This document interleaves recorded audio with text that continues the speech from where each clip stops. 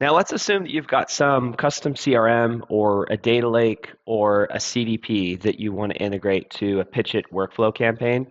But let's also assume it's not one of the 7,000 or more integrations that we have available out of the box.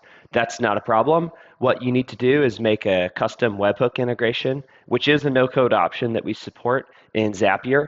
And so in order to get those leads from your custom system of record into Pitchit, what you're going to do is log into your account.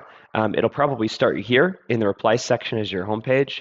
Make sure that you navigate down to your name and then go to integrations, and you're going to just copy the API key that we give you for Zapier. Make sure not to delete the API key section here. Just go ahead and click that copy and copy it exactly as is. Next thing, go over to the campaigns workflows tab, and we're going to create a quick workflow. A workflow is basically a section, it's a campaign that you can catch new leads into to basically outbound prompt leads. And so if you're trying to integrate a system of record into Pitchit, this is where you need to go next, is to create that workflow that lead's going to be added into. So we're just going to call this one a Pitchit demonstration workflow. All right. I'm going to come up with some copy that I might want to just theoretically prompt a user with. So let's say something like, hi. Let's do first name.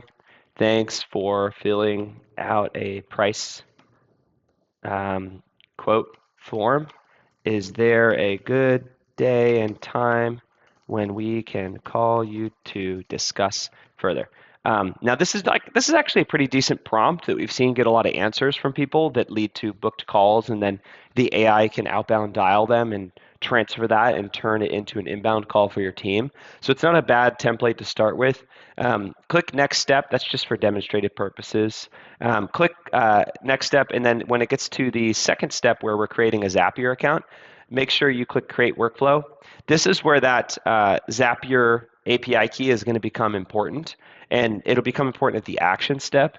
Before we get there, we do need to create the trigger. And so this is the integration with your system of record that I was talking about earlier. Now, the way we do this is through the Webhooks by Zapier trigger. So go ahead and type in Webhooks just like I did. And in the trigger event, there's a lot of options here. But what you're probably going to want to do is catch hook.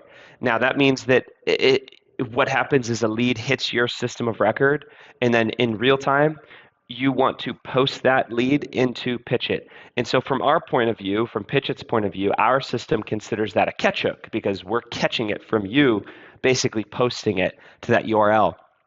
And so Zapier is going to facilitate that by going to give you a URL that you can post those leads onto. Skip this step unless you do need a child key, and it's going to give you a URL. So I'm going to copy this URL, and once you get it, you click test trigger. Now mine doesn't have a test there yet because I've never used this URL before. And so what I'm going to do is I'm going to create my first test. And so go over to Zapier and create a new Zap. So log into Zapier and actually create a new Zap. And inside of this, what we're going to do is we're going to create our first test. Now, you could just actually have your CDP or your system of record send a test lead straight to that URL if you want.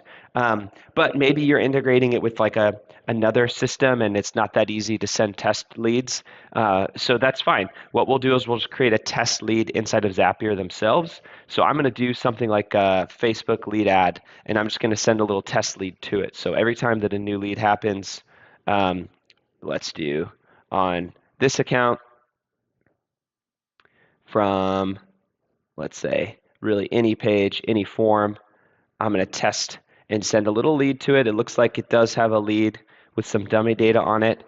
I'm then going to choose my action as a webhook. And in this situation, we need to post the lead to that URL that we just generated earlier. And so I'm going to go back over to Pitchit where it gave us the webhook URL to post the leads to. And I'm going to paste this in here. It's a form payload type. All the other settings are totally fine for our use cases. And so I'm going to click continue, and I'm going to click test. And so what you want to see is that it's basically sent a test with all of the information, first name, last name, email, phone number, etc. Okay, now we're going to go back over to Pitchit now that we have posted that test lead, and we're going to test again. And it looks like it pulled the record in. So it did work, and it does look like it's got the full name, the phone number, the email address, and everything we need to map it into Pitchit.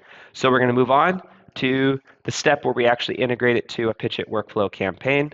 Now, this is where you're going to choose the action of adding the lead to Pitchit. Take that Zapier API key that you got in the first step of this video, and make sure you click connect a new account, and then go ahead and paste your API key right here and click yes. I've already done that, and so I'm not going to do that in this video, but you'll have to finish that step to follow along with me inside of this video. So I've already connected an account, so we're just going to move on. In the section where it asks you what campaign you want to add it to, let's go ahead and add it to the campaign that we just created. And so I think I called this the demonstration workflow. Yep, there we go. And so then it's basically telling Pitchit, every time that we post a lead to this URL, we want you to add it to this exact campaign workflow. Now, this is where you map the data. So it's going to give you all the information that you have about a customer inside of the test lead that you posted. So in this case, we're gonna map name to the name section. Now this particular form is doing a full name. Pitchit usually breaks it down between first and last.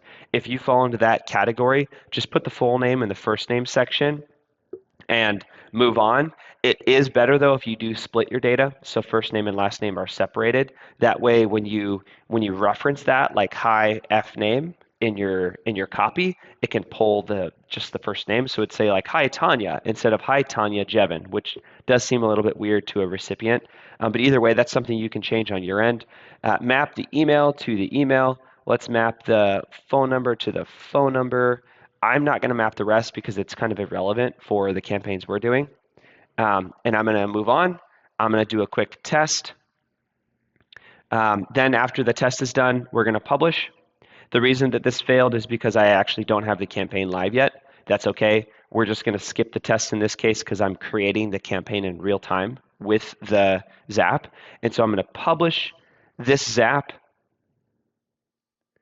And then I am going to close it out, right? Because this is an IMAP, or sorry, this is basically like an iframe inside of Pitchit. So I posted it now.